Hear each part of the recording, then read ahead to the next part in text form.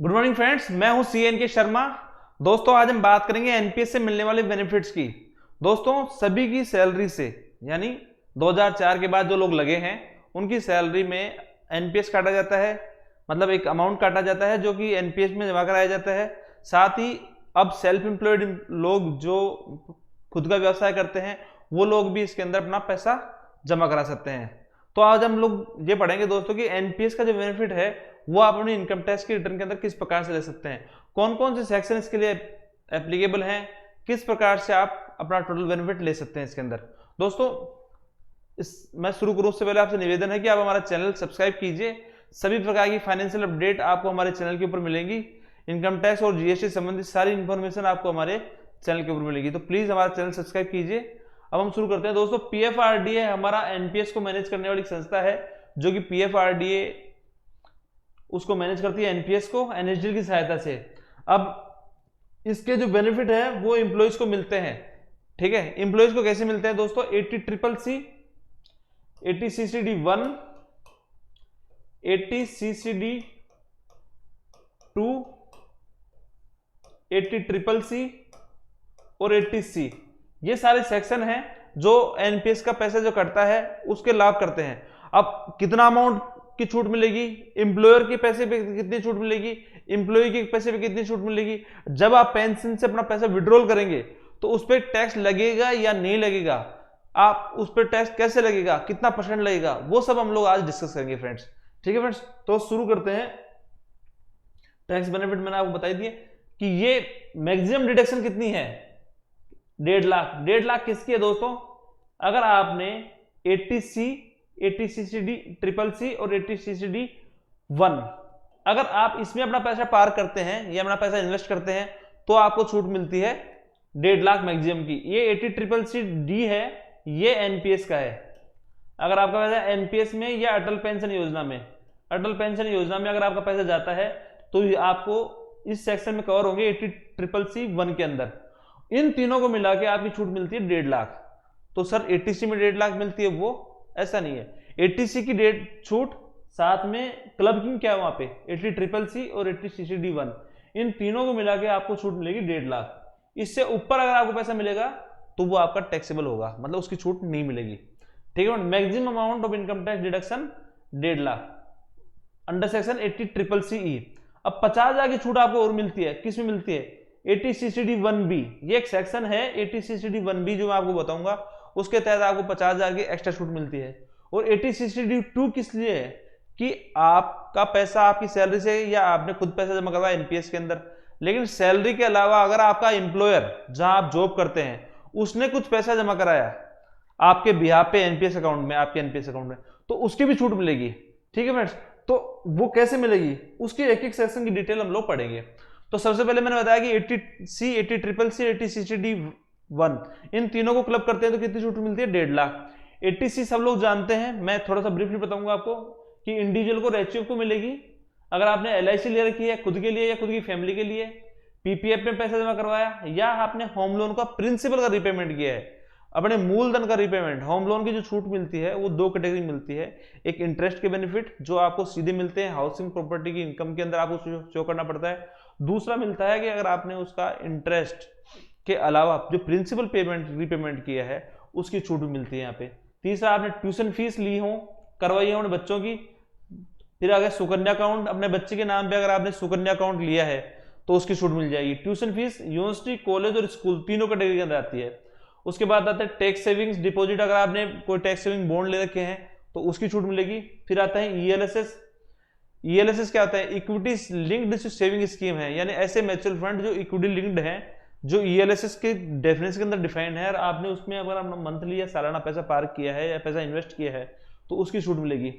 और अगला सेक्शन है एनएससी। एनएससी में अगर आपने नेशनल सेविंग सर्टिफिकेट्स होते हैं उसमें आपने अपना पैसा डिपॉजिट किया है तो आपको 80C की छूट मिल जाएगी। ठीक है, एक ब्रीफली डिस्कस था, ये लिमिट काफी एग्जॉस्टिव है, मैंने कुछ इंपॉर्टेंट पॉइंट आपके साथ में डिस्कस किए हैं।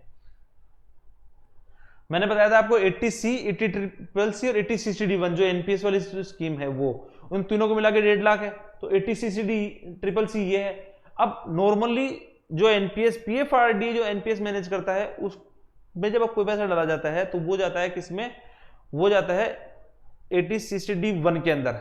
लेकिन कुछ जैसे LIC कुछ इन्वेस्टमेंट प्लान चला के रखती है अपने यहाँ पे, एन्युटी प्लान जो उनको बोलते होते हैं, मतलब एक आप पैसा डालते हैं और कुछ समय के बाद में आपको पेंशन मिलती है। वो जो सेक्शन होते हैं, वो जो इन्वेस्टमेंट प्लान होते हैं, वो आते हैं 80CCC के अंदर। ठीक है, ओनली किसको मिलेगा? इंडिविजुअल को। Contribution made to certain pension funds, तो उस पेंशन फंड में अगर आपने पैसा डाला है तो यहाँ पे आपको ये छूट मिलेगी। ठीक है, लेकिन यहाँ इंपॉर्टेंट पॉइंट क्या है कि amount receive from such pension funds along with interest that will be taxable. यानी यहाँ इंपॉर्टेंट पॉइंट क्या हो गया कि जब आपने अगर एन्युटी प्लान या पेंशन फंड ले रखे हैं तो उस टाइम तो आप पे कोई टैक्स नहीं लगाया जाएगा, लेकिन जब आप वो पैसा आपका विड्रॉल होगा तो उस पर टैक्स लगेगा। यानी यहाँ पे ETT हो गया, एग्जाम्प्ट यहाँ पे रहेगा, इंटरेस्ट मिला वो भी टैक्सेबल और फाइनल अमाउंट मिला वो भी टैक्सेबल। ठीक है फ्रेंड्स, अप टू कितना? 1.5 लाख। तो मैंने तो आपको 3 सेक्शन बताए थे कि 80C में आपको बता चुका हूँ, 80CCC ये और 80CCD जिसकी बात अपन अब करेंगे NPS की, वो तीनों सेक्शन को मिला के छूट कितनी मिलेगी? 1.5 लाख। अब बात करते हैं हम लोग NPS की। अगर आपका NPS में पैसा जमा कराया, आपके एम्प्लॉयर ने आपका सैलरी से पैसा काटा और वो पैसा जमा करा दिया PFRDA के पास में NPS के अंदर, या आपने खुद ने ऑप्शन लिया अटल पेंशन योजना का। ठीक है, पहले ये जो स्कीम थी वो केवल गवर्नमेंट एम्प्लॉइज के लिए थी, लेकिन अब ये स्कीम प्राइवेट एम्प्लॉयर और सेल्फ एम्प्लॉयड पर्संस दोनों के लिए है। तो आप NPS लेते हैं या अटल पेंशन योजना जो मोदी सरकार के आने के बाद जो चालू हुई है, उन दोनों में अगर अपना पैसा डालते हैं तो आपको 80CCD1 में बेनिफिट मिलेगा। कितना मिलेगा? 1.5 लाख रुपए तक। ठीक है, इंक्लूडिंग वो दोनों सेक्शनों को मिला के आपको मैक्सिमम छूट कितनी मिलेगी? 1.5 lakh. Employee of this government employer और प्राइवेट एम्प्लॉयर और सेल्फ एम्प्लॉयड। तो अब 3 लोग हो गए। अगर आप गवर्नमेंट एम्प्लॉय है तो भी इसका बेनिफिट ले सकते हैं, सेल्फ एम्प्लॉयड है तो भी, या प्राइवेट एम्प्लॉय है तो भी। अब मैक्सिमम क्या होगा कि मैक्सिमम आपको अपना डिडक्शन कितना डाल सकते हैं इसके अंदर? वो है 10% ऑफ द सैलरी। और अगर आप प्राइवेट एम्प्लॉयर हैं तो 20% ऑफ आपकी GTI ग्रोस टोटल इनकम का 20% आप मैक्सिमम NPS में दे सकते हैं, वहां तक आपको छूट मिलेगी।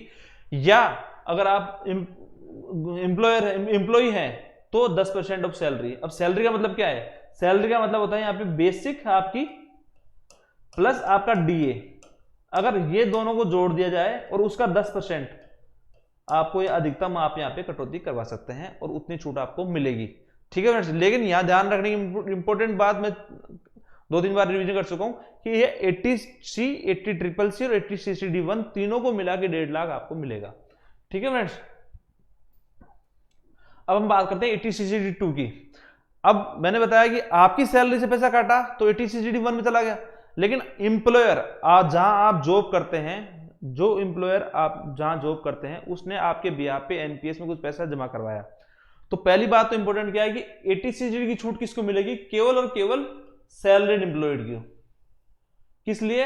अगर आपके एम्प्लॉयर ने कंट्रीब्यूशन किया है NPS फंड के अंदर आपके बिहाफ पे, यानी आपके बिहाफ पे जैसे आपकी सैलरी से 1000 रुपए काटा और गवर्नमेंट ने भी 1000 रुपए उसके अंदर जमा करा दिया, तो जो दूसरा 1000 रुपए है वो यहाँ पे कवर होगा। ठीक है फ्रेंड्स, किसको मिलेगा? सैलरीड एम्प्लॉयड को। ठीक है, अब यहां इंपॉर्टेंट चीज क्या है कि there is no monetary ceiling for deduction, यानी वो जो 1.5 लाख की लिमिट थी उसके अलावा ये छूट मिलेगी। 80CCD सेक्शन 2 जो है वो 1.5 लाख 80C, 80CCC, 80CCD1 के अलावा जो 1.5 लाख की छूट है वो यहाँ पे मिलेगी। यानी अगर आपके एम्प्लॉयर ने यहाँ 50,000 रुपए आपके अकाउंट में जमा कराए हैं तो 1.5 लाख जो आपको पहले मिला वो प्लस में 50,000, ये टोटल छूट आपको 2 लाख मिल जाएगी। ठीक है फ्रेंड्स, तो सबसे बड़ा बेनिफिट क्या हुआ कि ये इसकी लिमिट यहां से हटा रखी है उन्होंने, लेकिन यहाँ पे एक लिमिट लगा रखी है। मैंने सैलरी के लिए आपको बताया था कि सैलरी का मतलब क्या है? बेसिक पे प्लस DA। लेकिन मैंने आपको बताया लिमिट क्या है कि amount of deduction could not exceed 14% in case of the central employee and 10% of other employee. अगर आप सेंट्रल गवर्नमेंट के एम्प्लॉय हैं तो आपका एम्प्लॉयर 14% से ज्यादा पैसा जमा नहीं करवा सकता। ठीक है फ्रेंड्स, इस सेक्शन के अंदर। और अगर आप सेंट्रल गवर्नमेंट के अलावा एम्प्लॉय हैं तो 10% से ज्यादा पैसा जमा नहीं करवाया जा सकता। सैलरी 10% किसका? बेसिक प्लस DA, आपका बेसिक प्लस DA। तो अब आपको क्लियर है 80CCD1 के अंदर आपका खुद का पैसा 1.5 लाख तक। 80CCD2 के अंदर आपके एम्प्लॉयर ने आपके ब्याह पे आपके एनपीएस अकाउंट में जो पैसा जमा करवाया है उसकी छूट आपको 80C के अलावा 1.5 लाख के अलावा मिल जाएगी। यहां पे केवल एक इंपॉर्टेंट चीज है कि 14% से ज्यादा आपका पैसा जमा नहीं होना चाहिए, साथ ही अदर एम्प्लॉय है तो 10% से ज्यादा आपका पैसा जमा नहीं होना चाहिए। एक सेक्शन और है जहां पे आपको 50,000 की एडिशनल बेनिफिट मिलते हैं, वो क्या है दोस्तों, 80CCD1B। ये कब आया था, 2015 के यूनियन बजट में निकाला गया था ताकि लोग ज्यादा से ज्यादा इन्वेस्टमेंट करें एनपीएस के अंदर। उसके तहत क्या है कि अगर आप सैलरी एम्प्लॉयड हैं और सेल्फ एम्प्लॉयड हैं, दोनों ही कैटेगरी के अंदर अगर आप अपनी पहले वाली जो लिमिट के अलावा अगर 50,000 रुपए और जमा करवाते हैं इस सेक्शन के अंतर्गत 80CCD1B के अंदर एनपीएस में, तो आपको 50,000 की छूट मिल जाएगी। तो मैंने आपको यहाँ क्या बताया कि 1.5 लाख तो आपको वो मिल गया, साथ ही अगर आपके एम्प्लॉयर ने कुछ पैसा जमा कराया तो वो मिल गया, और 50,000 की छूट आपको ये मिल गई। तो यानी अगर आपके एम्प्लॉयर ने कुछ भी नहीं जमा कराया तो 2 लाख की छूट तो आप ले ही सकते हैं, साथ ही अगर आपके एम्प्लॉयर ने पैसा जमा करवाया तो उसको बेनिफिट भी आपको मिल जाएगा। अब हम बात करते हैं दोस्तों कि अगर एनपीएस में आपने पैसा जमा करवाया, लेकिन जब फाइनली एनपीएस मैच्योर होगा तो एनपीएस से जो पैसा आपको मिलेगा उस पर क्या टैक्स लगेगा या नहीं लगेगा, तो हम लोग उसकी बात करते हैं। अब यहां any payment from NPS to assessee because of closure of the NPS and opting out, इसका मतलब क्या है कि एम्प्लॉय जीवित है और उसने अपना एनपीएस से वो बाहर आ गया है, या उसने एनपीएस से स्विच कर लिया है, मतलब दूसरे उसमें चला गया है, तो उस केस में क्या होगा, क्लोजर और ऑप्टिंग आउट के केस में अगर उसने एनपीएस का अकाउंट क्लोज कर दिया या उससे पूरा पैसा उसने विड्रॉल कर लिया, तो उस केस में क्या होगा कि pension scheme is exempt to the extent of 60%। यानी अगर आपको 100 रुपए मिलता है तो आपका 60 रुपए एग्जेम्प्ट माना जाएगा और 40 रुपए पे आपको टैक्स पे करना पड़ेगा।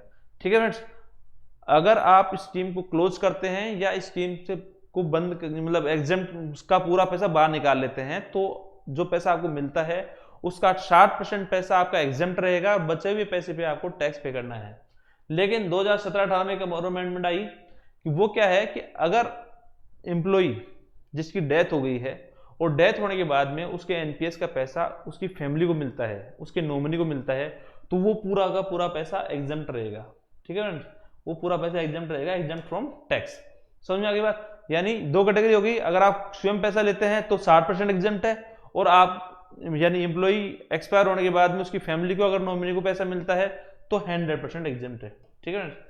अब दूसरी चीज क्या होगी कि अभी एनपीएस का पूरा पैसा भी नहीं निकलवाया, इस स्कीम से बाहर नहीं आए, लेकिन कुछ पैसा बाहर निकाल लिया हमने, जैसे कोरोना का काल चल रहा है, बहुत सारे एनपीएस से लोग अपना पैसा विड्रॉल कर रहे हैं। उस केस में क्या होगा, उस केस में होगा कि any amount withdrawal from NPS shall be exempt to the extent of 25%। यानी अगर आप पार्शियल विड्रॉल करते हैं तो उस विड्रॉल का 25% अमाउंट आपका टैक्स फ्री रहेगा, बाकी पैसा आपका टैक्सेबल रहेगा। ठीक है friends, any partial withdrawal from NPS shall be exempt to the extent of 25% of amount contribution made by the employee। ठीक है, तो ये थी एनपीएस की पूरी कहानी। आपको समझ में आ गया होगा किस प्रकार से आप अपने इनकम टैक्स रिटर्न के अंदर इसका बेनिफिट लें, और अगर आप पैसा विड्रॉल करते हैं तो किस प्रकार से आपको टैक्स की छूट मिलेगी और कितना आपको टैक्स पे करना पड़ेगा। दोस्तों ये था हमारा इस 80C और 80CCD1 और एनपीएस के ऊपर हमारा पूरा वीडियो।